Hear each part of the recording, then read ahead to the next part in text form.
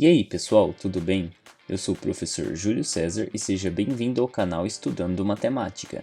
Nesse vídeo nós vamos responder a duas perguntas: o que é uma equação do segundo grau completa e uma equação do segundo grau incompleta.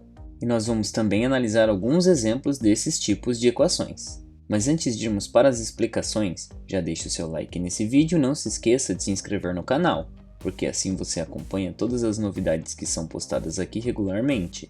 Então vamos agora responder a essas perguntas. Antes de diferenciar uma equação do segundo grau completa e incompleta, nós vamos relembrar o que é uma equação do segundo grau. Nós denominamos de equação do segundo grau na incógnita x toda equação da forma ax² mais bx mais c. Nós utilizamos o termo incógnita x porque x representa o nosso valor desconhecido, enquanto a, b e c são números reais e a deve ser diferente de zero, porque se a fosse igual a zero nós não teríamos uma equação do segundo grau, e sim uma equação do primeiro grau. E além disso, a, b e c são chamados de coeficientes. Agora, a partir desta definição do que é uma equação do segundo grau, nós vamos compreender o que é uma equação do segundo grau completa e uma equação do segundo grau incompleta. Começando por uma equação do segundo grau completa, nesse tipo de equação nós temos que todos os coeficientes são diferentes de zero, ou seja, a é diferente de zero, b é diferente de zero e c também é diferente de zero. Isso significa que na forma geral a equação é escrita como ax² mais bx mais c. Lembrando que para ser uma equação do segundo grau basta que a seja diferente de zero. Mas para que seja uma equação do segundo grau completa, nós devemos ter a diferente de zero, b diferente de zero e também c diferente de zero.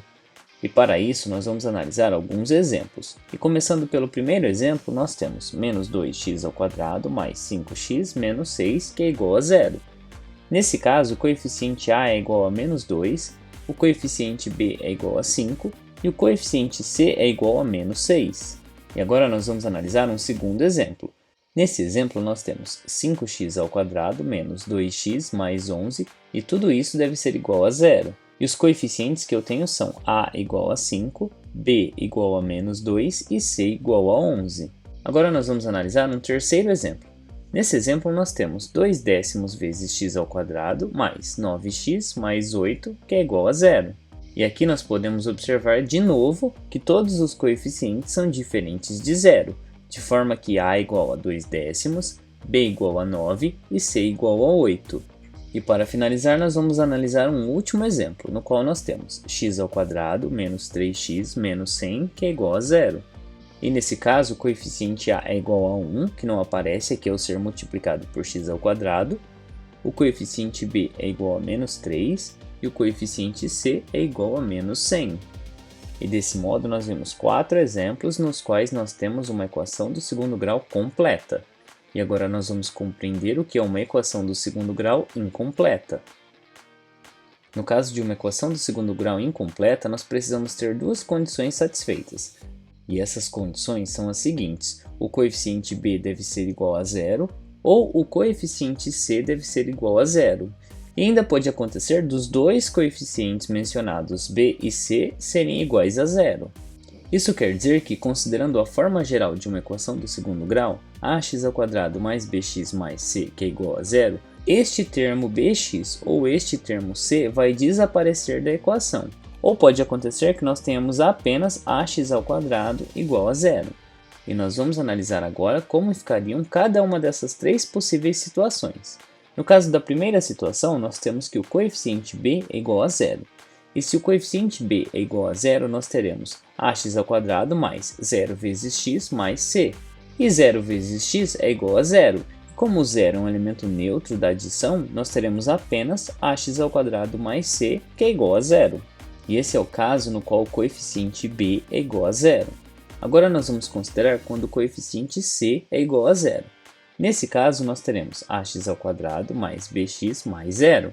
E como zero é o elemento neutro da adição, quando o coeficiente c é igual a zero, nós teremos ax² mais bx, que é igual a zero. E agora, para finalizar, nós vamos considerar o caso no qual os coeficientes b e c são ambos iguais a zero. Nesse caso, nós teremos apenas ax², que deve ser igual a zero, porque aqui nós teremos zero somado com zero. Ou seja, a nossa equação terá essa forma: ax² é igual a zero. E para compreender melhor cada uma dessas três situações, nós vamos analisar alguns exemplos. Nós vamos analisar exemplos de três tipos: quando o coeficiente b é igual a zero, quando o coeficiente c é igual a zero e também quando o coeficiente b e também o coeficiente c são iguais a zero. Nós vamos começar com este exemplo, no qual nós temos 4x² menos 16, que é igual a zero. Nesse caso, o coeficiente b vale zero, porque aqui nós não temos nenhum termo multiplicado por x adicionado ou subtraído deste lado da igualdade. Isso significa que o coeficiente a é igual a 4, o coeficiente c é igual a menos 16 e o coeficiente b é igual a zero. Vejamos mais um exemplo, no qual nós temos menos 2x² mais 3, igual a zero. Nesse caso, o coeficiente a é igual a menos 2, o coeficiente c é igual a 3 e o coeficiente b é igual a zero. Agora vamos analisar exemplos nos quais o coeficiente c é igual a zero. Começando por este aqui, nós temos x² mais 5x, que é igual a zero. Nesse caso, o coeficiente a é igual a 1, o coeficiente b é igual a 5 e o coeficiente c é igual a zero. E agora mais um exemplo. Nós temos aqui menos 8x² menos 2x, que é igual a zero. E aqui o coeficiente a é igual a menos 8, o coeficiente b é igual a menos 2 e o coeficiente c é igual a zero. Agora nós vamos analisar o último caso, no qual tanto o coeficiente b quanto o coeficiente c são iguais a zero.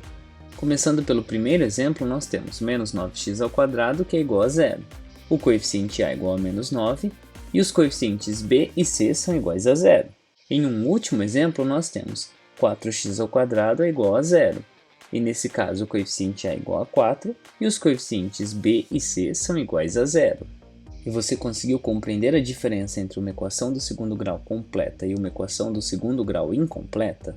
Você ficou com alguma dúvida em algum ponto da explicação apresentada? Em todo caso, escreva para mim nos comentários, assim podemos compartilhar diferentes ideias a respeito deste conteúdo. E não se esqueça de se inscrever no canal, para acompanhar todas as novidades postadas aqui semanalmente. Confira também a playlist sobre equação do segundo grau que nós estamos criando aqui neste canal. Este é o segundo vídeo. Muito obrigado pela sua atenção e até os próximos vídeos.